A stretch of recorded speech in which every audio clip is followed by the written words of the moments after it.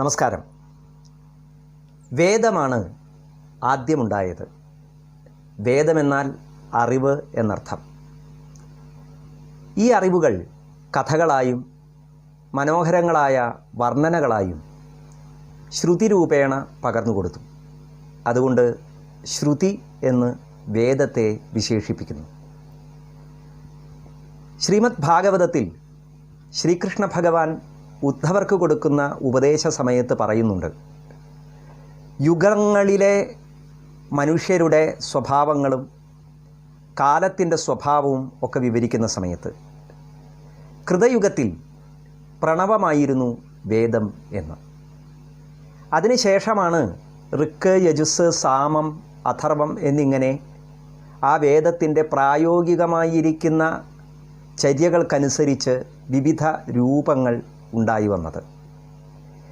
എന്തായാലും വേദങ്ങളിലും കഥകളുണ്ട്, സംഭവങ്ങളുണ്ട്, പ്രാർത്ഥനകളുണ്ട്, വർണ്ണനകളുണ്ട്. ആ വേദത്തെ വിസ്തരിച്ച വ്യാസൻ പുരാണങ്ങളിലൂടെ ആ സംഭവങ്ങളെയും കഥകളെയും ലോകത്തിൽ മുഴുവൻ പ്രചരിപ്പിച്ചു. എന്തായാലും ഈ കഥകൾക്കൊക്കെ ആദിമമായിരിക്കുന്ന ഒരു മനോഹര രൂപം ഉണ്ടായി വന്നത് ആദികവി വാത്മീകിയുടെ രാമായണത്തിലൂടെയാണ്. രാമൻ്റെ കഥ പാടിയ രാമായണം അങ്ങനെ വിശ്വോത്തരമായിരിക്കുന്ന ധർമ്മങ്ങളെ ഉപദേശിച്ചു കൊടുത്തു. രാമായണത്തിലൂടെ കടന്നു പോകുമ്പോൾ നമ്മളെപ്പോഴും അത്ഭുതത്തോടുകൂടി കേട്ടിട്ടുള്ളൊരു കഥയാണ് അഹല്യയുടെ ചരിത്രം. അഹല്യയുടെ കഥ നമ്മളെങ്ങനെയാണ് കേട്ടിരിക്കുന്നത്? ഗൗതമൻ എന്ന മഹർഷീശ്വരൻ്റെ ഭാര്യയാണ് അഹല്യാദേവി.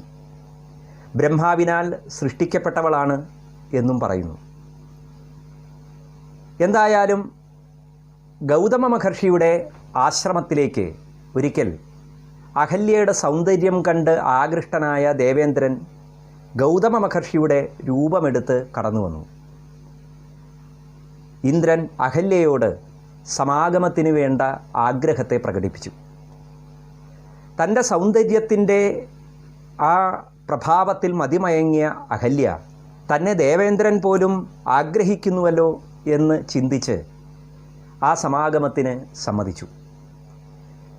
എന്നിട്ട് ദേവേന്ദ്രൻ മടങ്ങിപ്പോകുമ്പോൾ അഹല്യ പറയുകയും ചെയ്തു, ഗൗതമ മഹർഷി എൻ്റെ ഭർത്താവ് ഉഗ്രതപസ്വിയാണ്, അദ്ദേഹത്തിൻ്റെ കണ്ണിൽപ്പെടാതെ അങ്ങ് പൊയ്ക്കൊള്ളുക, എന്നെയും അങ്ങയെയും അങ്ങ് തന്നെ കാക്കുക എന്ന്.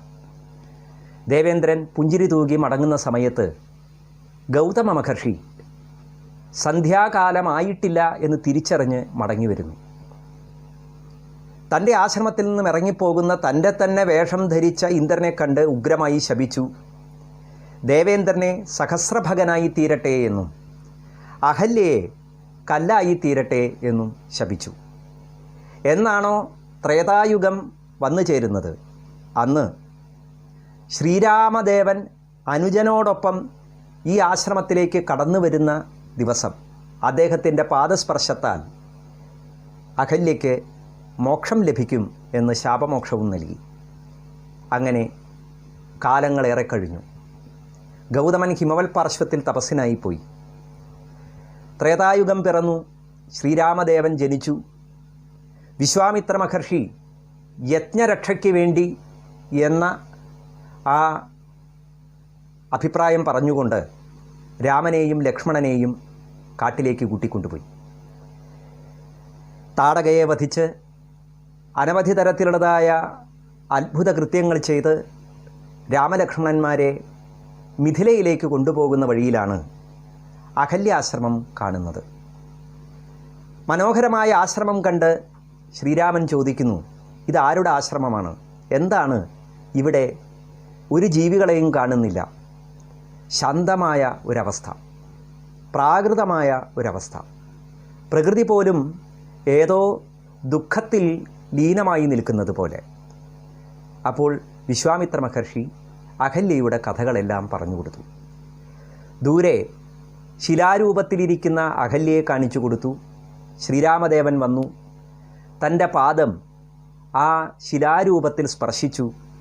അങ്ങനെ കൈകൂപ്പി കുമ്പിട്ട് നിൽക്കുന്നതായ അഹല്യയുടെ ശിരസിൽ രാമപാദം വെച്ച് അഹല്യയ്ക്ക് പൂർവ്വരൂപം തിരിച്ചു കിട്ടി.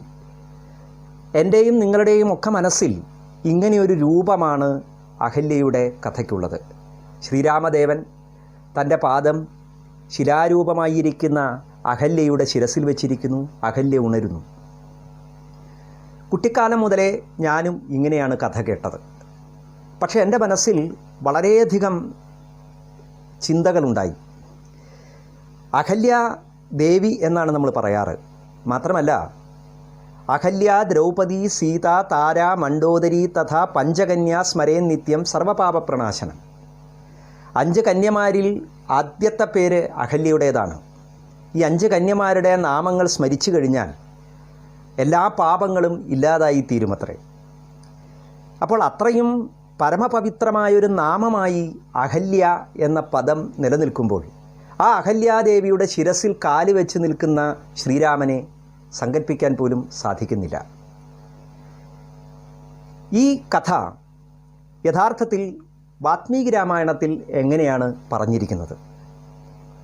തുഞ്ചത്തെഴുത്തച്ഛൻ ഈ കഥ വർണ്ണിച്ചത് ഗാധിനന്ദനൻ ദാശരഥിയോടേവം പറഞ്ഞാശു തൃക്കയ്യും പിടിച്ചുടജാങ്കണം പൂക്കാൻ ഉഗ്രമാം തപസ്സൊടുമിരിക്കും ശിലാരൂപമഗ്രേ കാൺകെന്നു കാട്ടിക്കൊടുത്തു മുനിവരൻ ശ്രീപാദാംബുജം മെല്ലെ വെച്ചിതു രാമദേവൻ ശ്രീപതി രഘുപതി സൽപതി ജഗൽപതി രാമോഹം എന്നു പറഞ്ഞാമോദം പൂണ്ടുനാഥൻ കോമളരൂപൻ മുനിപത്നിയെ വണങ്ങിനാൻ.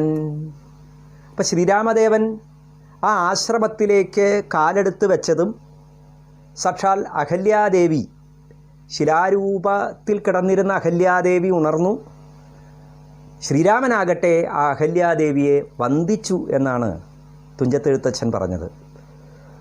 ദർശയാമാസ ചാഹല്യാമുഗ്രേണ തപസാ സ്ഥിതാം രാമ ശിലാം പദാസ്പൃഷ്ട്വാ താം ചാപശ്യത്തപോധനാം. ഇത് അധ്യാത്മരാമായണത്തിലെ തുഞ്ചത്തെഴുത്തച്ഛൻ യാതൊരു കൃതിയിൽ നിന്നാണോ ആവേശം ഉൾക്കൊണ്ട് മലയാളത്തിലെ കിളിപ്പാട്ട് രൂപം എഴുതിയത്, ആ ഉമാമഹേശ്വര സംഹിതാരൂപത്തിലുള്ള അധ്യാത്മരാമായണം സംസ്കൃതമാണ് ഈ ശ്ലോകം. നനാമ രാഘവോഹല്യാം രാമോഹം ഇതി ചാബ്രവീത് തതോ ദൃഷ്ട്വാ രഘുശ്രേഷ്ഠം പീതകൗശേയവാസസം.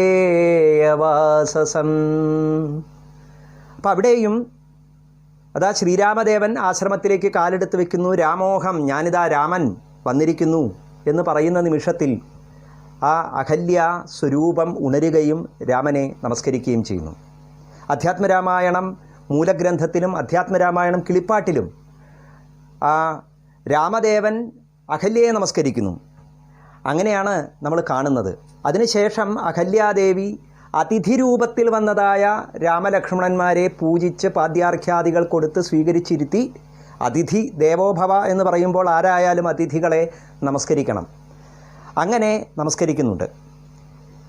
അവിടെ ശാപകാലം കഴിഞ്ഞ് ഗൗതമ മഹർഷി എത്തിച്ചേരുകയും അഹല്യയോടൊപ്പം രാമലക്ഷ്മണന്മാരെ അനുഗ്രഹിച്ച് അവരെ യാത്രയാക്കുകയും ചെയ്യുന്നു. വിശ്വാമിത്ര മഹർഷി അങ്ങനെ അഹല്യാദേവിയെയും ഗൗതമനെയും അഭിവാദ്യം ചെയ്ത് അവിടെ നിന്ന് രാമലക്ഷ്മണന്മാരെയും കൂട്ടി യാത്രയാകുന്നു.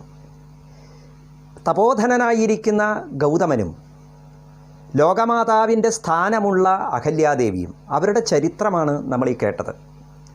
ഈ കഥ തന്നെ പത്മപുരാണം വർണ്ണിക്കുന്നത് ഗച്ഛതസ്തസ്യ രാമസ്യ പാദസ്പർശാൻ മഹാശില കാചിത്യോഷാ ഭവത്സോപി വിസ്മിതോ മുനിരബ്രവീത്.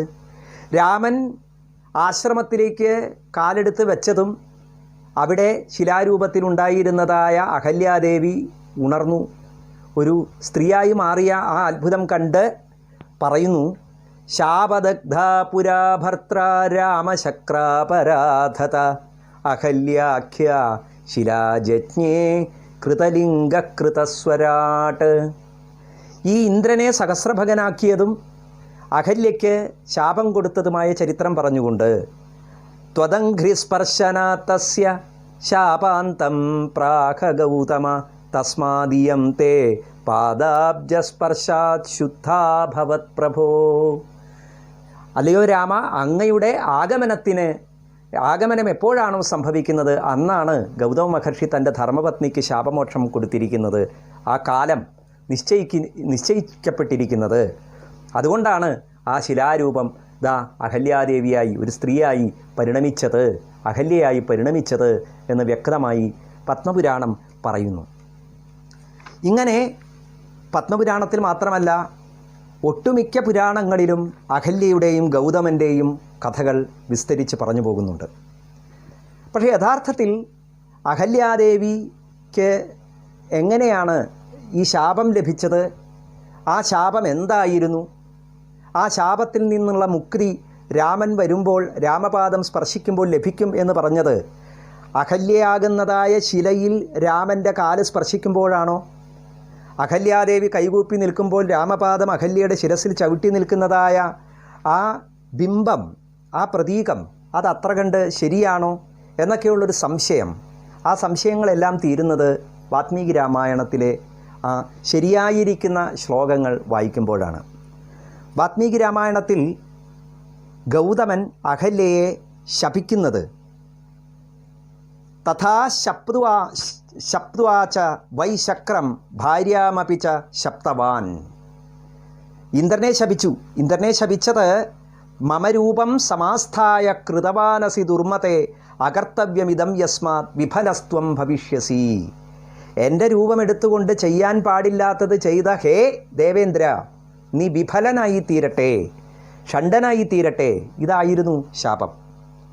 ഇങ്ങനെ ശപിച്ചതിന് ശേഷം തൻ്റെ ഭാര്യയെയും ശപിച്ചു. ഇഹ വർഷസഹസ്രാണി ബഹൂനി നിവസിഷ്യസി വാതഭക്ഷ നിരാഹാര തപ്യന്തി ഭസ്മശായിനി അദൃശ്യ സർവഭൂതാനാമാശ്രമേസ്മിൻ വസിഷ്യസി യദാ ത്വേതത് വനം ഘോരം രാമേ ദശരഥാത്മജ ആഗമിഷ്യതി ദുർധർഷസ്തദാ പൂതാ ഭവിഷ്യസി തസ്യാതിഥ്യേന ദുർവൃത്തേ ലോഭമോഹവിവർജിത മത്സകാശം മുദാ യുക്ത സ്വം വപുർ ധാരയിഷ്യസി. അവിടെ ശാപം എന്താണ്? ഈ ആശ്രമത്തിൽ തന്നെ ബഹൂനി വർഷസഹസ്രാണി നിവസിഷ്യസി. അനേക കാലം, വർഷസഹസ്രം, ആയിരക്കണക്കിന് വർഷം നീ വസിക്കും. എങ്ങനെ വസിക്കും? വാതഭക്ഷ, വായുവിനെ ഭക്ഷിച്ചുകൊണ്ട്, കാറ്റിനെ ഭക്ഷിച്ചുകൊണ്ട്, നിരാഹാര, ആഹാരമൊന്നുമില്ലാതെ, ഭസ്മശായിനി തപ്യന്തി, വെറും ചാരത്തിൽ കിടന്ന് തപസ്സനുഷ്ഠിക്കണം. അങ്ങനെ തപസ്സനുഷ്ഠിക്കുന്ന സമയത്തോ അദൃശ്യ, ഇവിടെയുള്ള ഒരു ഭൂതജാലങ്ങൾക്കും നിന്നെ കാണാനായിട്ട് സാധിക്കുകയില്ല. സർവഭൂതാനാം, എല്ലാ ഭൂതങ്ങൾക്കും അദൃശ്യയായി നീ വസിക്കും. യഥാ ത്വേതത് വനം ഘോരം, ഈ ഘോരമായിരിക്കുന്ന വനത്തിൽ ഒരു ജീവികളും ഉണ്ടാവുകയില്ല. ഇവിടേക്ക് രാമേ ദശരഥാത്മജ, ദശരഥപുത്രനായിരിക്കുന്ന ശ്രീരാമൻ പ്രവേശിക്കുന്ന സമയത്ത് ദുർധർഷക, ആരാലും തടുക്കാൻ കഴിയാത്ത ആ വീര്യപ്രഭാവത്തോടുകൂടി ശ്രീരാമൻ എന്നാണോ പ്രവേശിക്കുന്നത് അന്ന് പൂതാ ഭവിഷ്യസി, നീ പൂതയായിത്തീരും, നീ ശുദ്ധയായിത്തീരും എന്നാണ് ശാപം. അപ്പോൾ ആ സമയത്ത് മത്സകാശം മുദായുക്ത സ്വം വപുർധാരയിഷ്യസി, അന്ന് നീ സ്വന്തം വപുസ്സിനെ ധരിക്കും, പൂർവ്വരൂപത്തെ പ്രാപിക്കും, ഞാനുമായി സംഗമമുണ്ടാകും. ഇതാണ് ഗൗതമ മഹർഷി കൊടുത്ത ശാപം. അപ്പോൾ ഒരു പ്രായശ്ചിത്ത കാലഘട്ടമാണ് ഗൗതമൻ നിശ്ചയിച്ചത്. തൻ്റെ ധർമ്മപത്നിയായിരിക്കുന്ന അഹല്യ ഒരു ദുർബലമായിരിക്കുന്ന നിമിഷത്തിൽ അരികിലേക്ക് വന്ന ദേവേന്ദ്രൻ, ആ ദേവേന്ദ്രൻ പോലും അഹല്യയുടെ ആ സൗന്ദര്യത്തെ പുകഴ്ത്തിയപ്പോൾ തൻ്റെ സൗന്ദര്യത്തിൽ മതിമറന്ന് ദേവേന്ദ്രൻ പോലും തന്നെ കാക്ഷിക്കുന്നുവല്ലോ എന്നുള്ളതായ ചിന്തയോടുകൂടി ദേവേന്ദ്രനെ സ്വീകരിച്ചു. അങ്ങനെ ചെയ്തതായ ആ ദുർവൃത്തം, ആ ഒരിക്കലും ചെയ്യാൻ പാടില്ലാത്ത അപരാധം, ആ അപരാധത്തെ ചെയ്തതായ ധർമ്മപത്നിയോട് ഗൗതമൻ നിശ്ചയിച്ച പശ്ചാത്താപത്തോടുകൂടി ഗൗതമൻ്റെ കാൽക്കൽ വീണ ആ ധർമ്മപത്നിയോട് പറഞ്ഞ തപസ് അനുഷ്ഠാനം, അതായിരുന്നു ഈ ശാപം. അപ്പം ഇത്രയും കാലം കല്ലായിത്തീരട്ടെ എന്നല്ല ഗൗതമ മഹർഷി ശപിച്ചത്. പകരം പ്രകൃതിയിൽ വിലീനയായി തീർന്ന് അദൃശ്യരൂപത്തിൽ അവിടെ തന്നെ ആഹാരം കഴിക്കാതെ വ്രതനിഷ്ഠയോടുകൂടി വർത്തിക്കുക ഒരു ഭൂതജാലങ്ങൾക്കും കാണാൻ കഴിയാത്ത വിധത്തിൽ അങ്ങനെ പ്രകൃതിയിൽ വിലീനയായി വർത്തിക്കുന്ന അഹല്യാദേവിക്ക് പൂർവ്വരൂപം ലഭിക്കുന്ന രംഗവും വർണ്ണിക്കുന്നത് എങ്ങനെയാണ്? അതിമഹത്തരമായിരിക്കുന്ന വാത്മീകി രാമായണത്തിലെ ശ്ലോകം ദദർശച മഹാഭാഗാം തപസാ ദ്യോതിതപ്രഭാം ലോകൈരപി സമാഗമ്യ ദുർനിരീക്ഷ്യാം സുരാസുരൈഹി. തപസ്സുകൊണ്ട് ഉജ്ജ്വലിക്കുന്ന പ്രഭാവത്തോടുകൂടിയ ആ അഹല്യയുടെ സാന്നിധ്യം, അത് വിശ്വാമിത്രൻ്റെ ആ തപപ്രഭാവത്താലും ശ്രീരാമദേവൻ എന്ന ദിവ്യപുരുഷൻ്റെ ആ അന്ധക്കരണ ശുദ്ധിയാലും കാണപ്പെട്ടു. പ്രയത്നാൻ നിർമ്മിതാം ധാത്ര ദിവ്യാം മായാമയീമിവ ധൂമേനാഭിപരീതാംഗീം ദീപ്താം അഗ്നിശിഖാമിവ. സാക്ഷാൽ ബ്രഹ്മാവിനാൽ സൃഷ്ടിക്കപ്പെട്ടവളാണ് അഹല്യ. ആ ബ്രഹ്മാവിനാൽ സൃഷ്ടിക്കപ്പെട്ട സൗന്ദര്യധാമമായിരിക്കുന്ന അഹല്യ അവിടെ കാണപ്പെട്ടത് പുകയ്ക്കുള്ളിൽ ഇങ്ങനെ ജ്വലിച്ചു കൊണ്ടിരിക്കുന്നതായ അഗ്നിയുടെ ശിഖ, അഗ്നിനാളം പോലെയാണ്. സതുഷാരാവൃതാം സാഭ്രാം പൂർണ്ണചന്ദ്രപ്രഭാമിവ. ഈ ചന്ദ്രന് ചുറ്റും തുഷാരം, മഞ്ഞ് മൂടുമ്പോൾ ചന്ദ്രൻ്റെ പ്രകാശം ഒരു പ്രത്യേക രീതിയിൽ എല്ലായിടത്തും വ്യാപിക്കും. അത്തരത്തിൽ ആ പൂർണ്ണചന്ദ്രനെ പോലെ പ്രകാശിച്ചു. മധ്യേംഭസോ ദുരാധർഷാം ദീപ്താം സൂര്യപ്രഭാമിവ.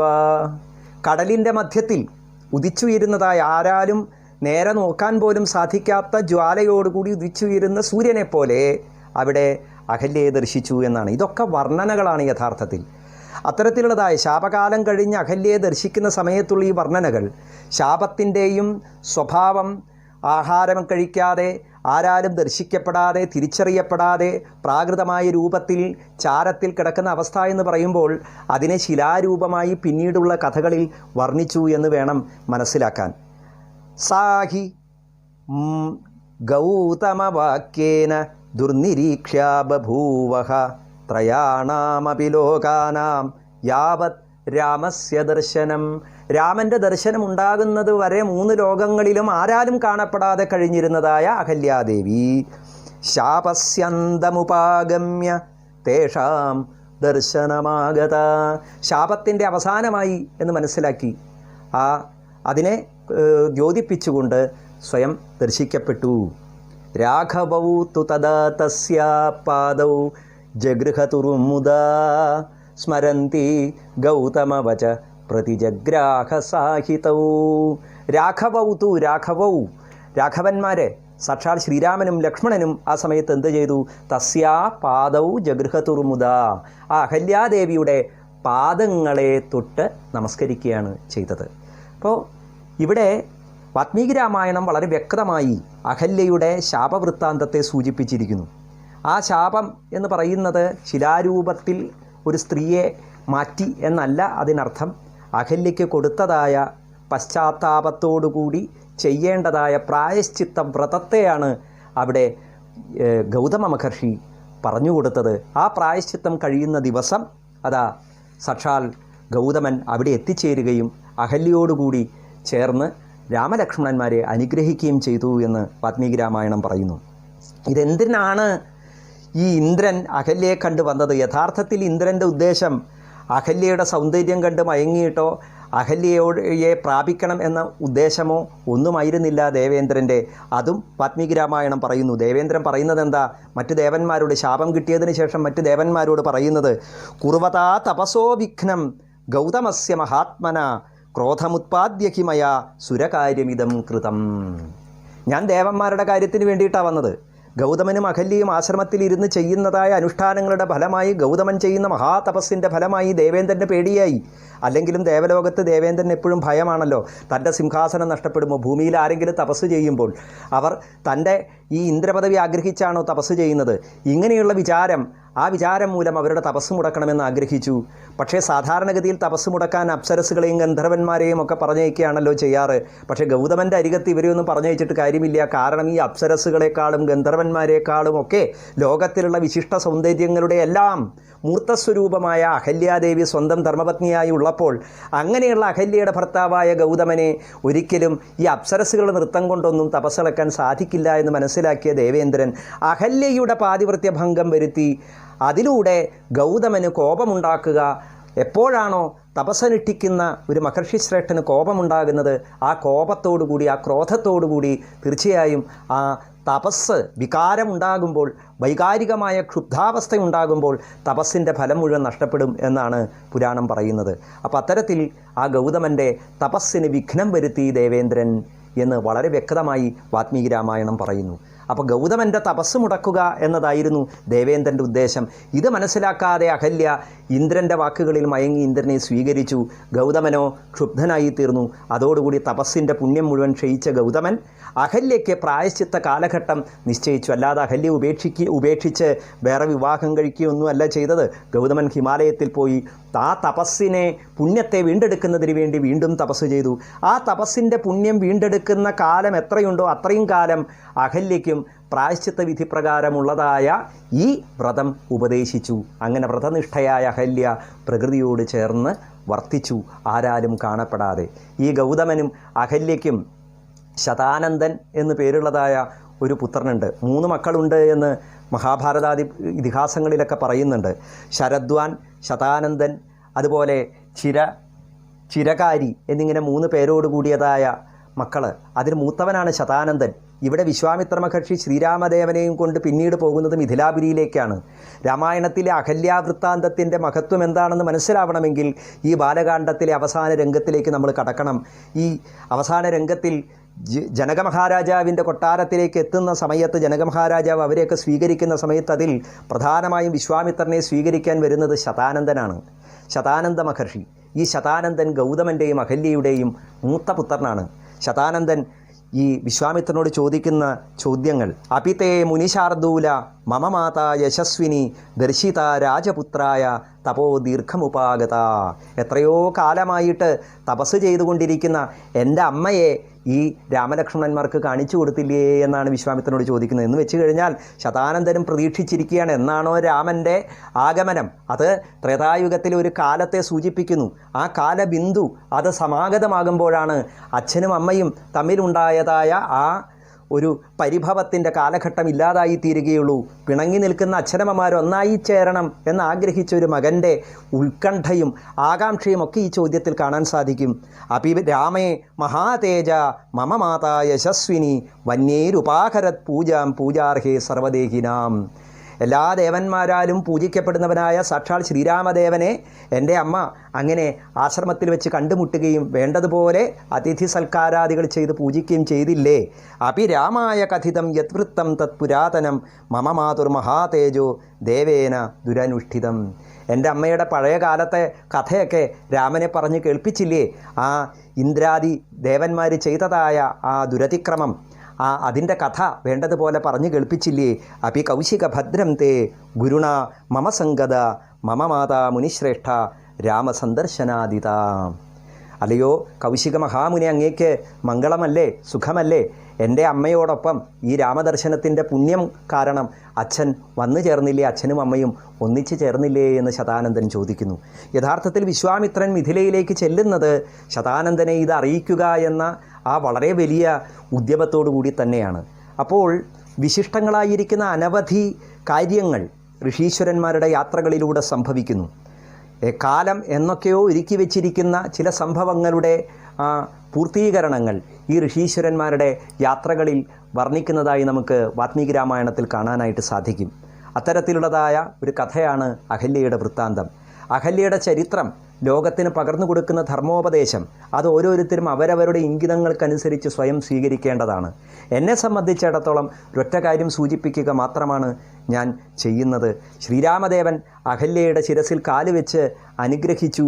അഹല്യ അങ്ങനെ ശിലാരൂപത്തിൽ നിന്നുണർന്നു എന്ന് പറയുന്നതായ ആ ഒരു രംഗം നമ്മുടെ മനസ്സിൽ നിന്ന് മാറ്റി അഹല്യാദേവി പ്രകൃതിയിൽ വിലീനയായി കിടന്ന് അനുഷ്ഠിച്ച വ്രതാനുഷ്ഠാനത്തിൻ്റെ കാലഘട്ടം കഴിഞ്ഞ് രാമപാദം ആ അരണ്യത്തിൽ എപ്പോൾ സ്പർശിക്കപ്പെട്ടുവോ, ആ കാടിൻ്റെ മണ്ണിൽ എപ്പോഴാണോ രാമൻ്റെ പാദസ്പർശമുണ്ടായത്, ആ നിമിഷം പ്രകൃതി ഉണരുകയും പ്രകൃതിയിൽ വിലീനയായ അഹല്യാദേവി രാമൻ്റെ മുമ്പിൽ പ്രത്യക്ഷ ദർശനം കൊടുക്കുകയും രാമനും ലക്ഷ്മണനും അഹല്യാദേവിയെ അമ്മേ എന്ന് വിളിച്ചുകൊണ്ട് നമസ്കരിക്കുകയും ചെയ്തു എന്ന് മനസ്സിലാക്കണം. വാൽമീകി രാമായണം അങ്ങനെയാണ് നമുക്ക് പറഞ്ഞു തരുന്നത്.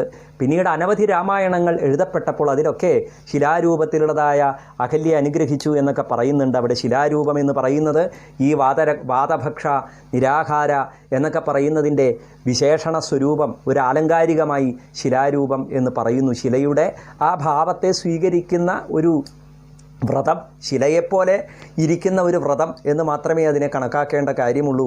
കാകവ്രതം, അജഗരവ്രതം എന്നൊക്കെ പറയുമ്പോൾ പാമ്പായി മാറി എന്നല്ലല്ലോ അജഗരവ്രതത്തിൻ്റെ അർത്ഥം. അജഗരം എന്ന് പറഞ്ഞാൽ പെരുമ്പാമ്പ് എന്നാണ്.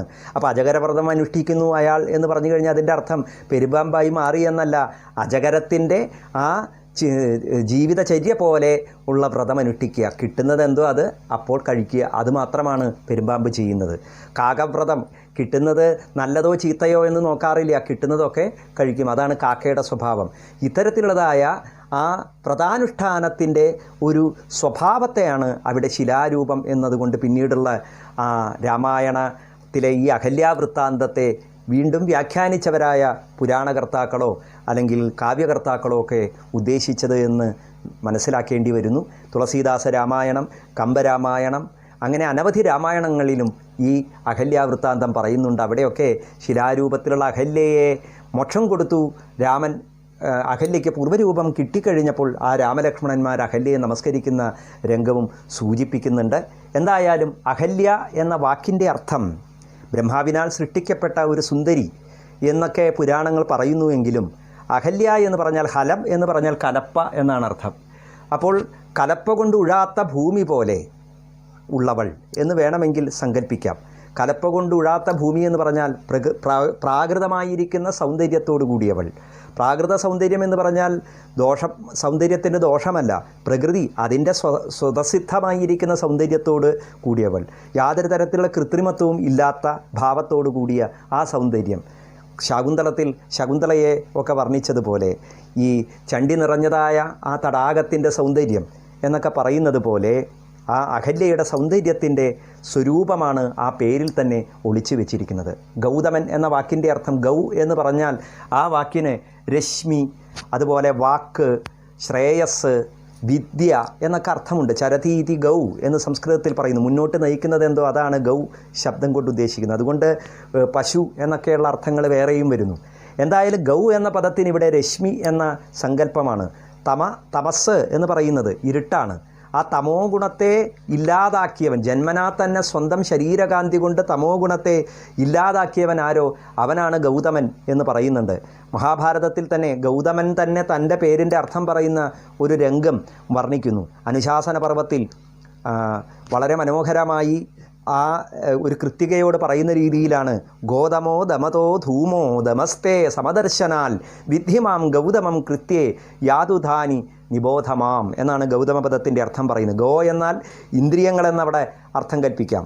അപ്പോൾ ഇന്ദ്രിയങ്ങളെ സംയമനം ചെയ്യുന്നത് കൊണ്ട് നാമം സ്വീകരിച്ചിരിക്കുന്നു, ഗോതമ എന്ന പേര് സ്വീകരിച്ചിരിക്കുന്നു. പുകയില്ലാത്ത അഗ്നി പോലെ ജ്വലിക്കുന്ന ഭാവത്തോടു കൂടിയ ഒന്നാണ്, അതുകൊണ്ട് ഗൗതമൻ എന്ന നാമം സ്വീകരിക്കാം. അതുപോലെ തന്നെ ഇന്ദ്രിയങ്ങളെ അടക്കിയതായതുകൊണ്ട് തന്നെ മറ്റുള്ളവരാൽ ഒരു തരത്തിലും സ്വാധീനിക്കാൻ സാധിക്കാത്ത തേജോമയമായ സ്വഭാവത്തോടു കൂടിയവൻ, ജനിച്ചപ്പോൾ തന്നെ തൻ്റെ തേജസ് കൊണ്ട് അന്ധകാരത്തെ ഇല്ലാതാക്കിയവൻ എന്നൊക്കെയുള്ള അർത്ഥത്തിൽ ഗൗതമപദം അവിടെ വ്യാഖ്യാനിച്ചിരിക്കുന്നു. ഇങ്ങനെ അഹല്യ, ഗൗതമൻ എന്നിങ്ങനെയുള്ളതായ ആ രണ്ട് കഥാപാത്രങ്ങൾ ദാമ്പത്യ ജീവിതത്തിൻ്റെ പ്രതീകാത്മകമായ ധർമ്മത്തെ ഉപദേശിച്ചുകൊണ്ട് വാൽമീകി രാമായണത്തിൽ പറയുമ്പോൾ വാത്മീകി രാമായണകാരൻ അവിടെ സന്ദർഭോചിതമായി മിഥിലാപുരിയിലേക്ക് വരുന്നതായ സമയത്ത് വിശ്വാമിത്രൻ ശതാനന്ദനോട് ഈ കഥ പറയുകയും ശതാനന്ദൻ വളരെ സന്തോഷത്തോടുകൂടി അച്ഛനും അമ്മയും ഒന്നിച്ചു ചേർന്നുവല്ലോ എന്ന് ആഹ്ലാദിക്കുകയും ഒക്കെ ചെയ്യുന്ന രംഗം വർണ്ണിക്കുമ്പോൾ നമുക്ക് മനസ്സിലാക്കാൻ സാധിക്കുന്ന മറ്റൊരു കാര്യം കൂടി ശ്രീരാമദേവൻ്റെ ഗൃഹസ്ഥ ജീവിതം ആരംഭിക്കുന്നത് അതിനുശേഷം ആണ് എന്നതാണ്. അപ്പോൾ ഗൃഹസ്ഥ ജീവിതത്തിൽ ഭാര്യാഭർത്താക്കന്മാർ സ്വയം സ്വീകരിക്കേണ്ട ആ കൊടുക്കൽ വാങ്ങലുകളും സ്വയം ആചരിക്കേണ്ട സംയമന ശീലങ്ങളും ഒക്കെ അഹല്യയുടെയും ഗൗതമൻ്റെയും ഈ കഥയിൽ ഉൾച്ചേർന്നിരിക്കുന്നു. ഇതിൻ്റെ മനോഹരങ്ങളായിരിക്കുന്ന ആഖ്യാനങ്ങളിലേക്കും വ്യാഖ്യാനങ്ങളിലേക്കും നമുക്ക് മനസ്സുകൊണ്ട് സഞ്ചരിക്കാൻ സാധിച്ചാൽ നമ്മുടെ തന്നെ ചിന്തകളിൽ ഇതിൻ്റെ ശരിയായിരിക്കുന്ന ധർമ്മോപദേശം തെളിഞ്ഞു വരികയും അത് ജീവിതാനുഷ്ഠാനമായി തീരുകയും ചെയ്യും. അതുകൊണ്ടാണ് അഹല്യ, ദ്രൗപദി, സീത, താര, മണ്ഡോദരി തഥാ പഞ്ചകന്യാ സ്മരേ നിത്യം സർവപാപ പ്രണാശനം എന്ന ആ 5 കന്യമാരെ സ്മരിക്കുന്നവരിൽ ആദ്യത്തെ പേര് അഹല്യയുടെ പേര് വന്നത്. അഹല്യ എന്ന നാമമോർക്കുമ്പോഴേക്കും അഹല്യയുടെ കഥയോർക്കുന്നു. സ്വന്തം സൗന്ദര്യത്തിൽ മതിമറന്നതുകൊണ്ടുണ്ടായതായ വിപത്ത് അത് എത്രയോ വലുതായിരുന്നു. എത്രയോ കാലത്തെ തപസ് അതിനുവേണ്ടി അനുഷ്ഠിക്കേണ്ടി വന്നു. ഒരു തെറ്റ് ചെയ്തു എന്ന് കരുതി സ്വന്തം ധർമ്മപത്നിയെ ഉപേക്ഷിക്കുകയല്ല ഗൗതമ മഹർഷി ചെയ്തത്.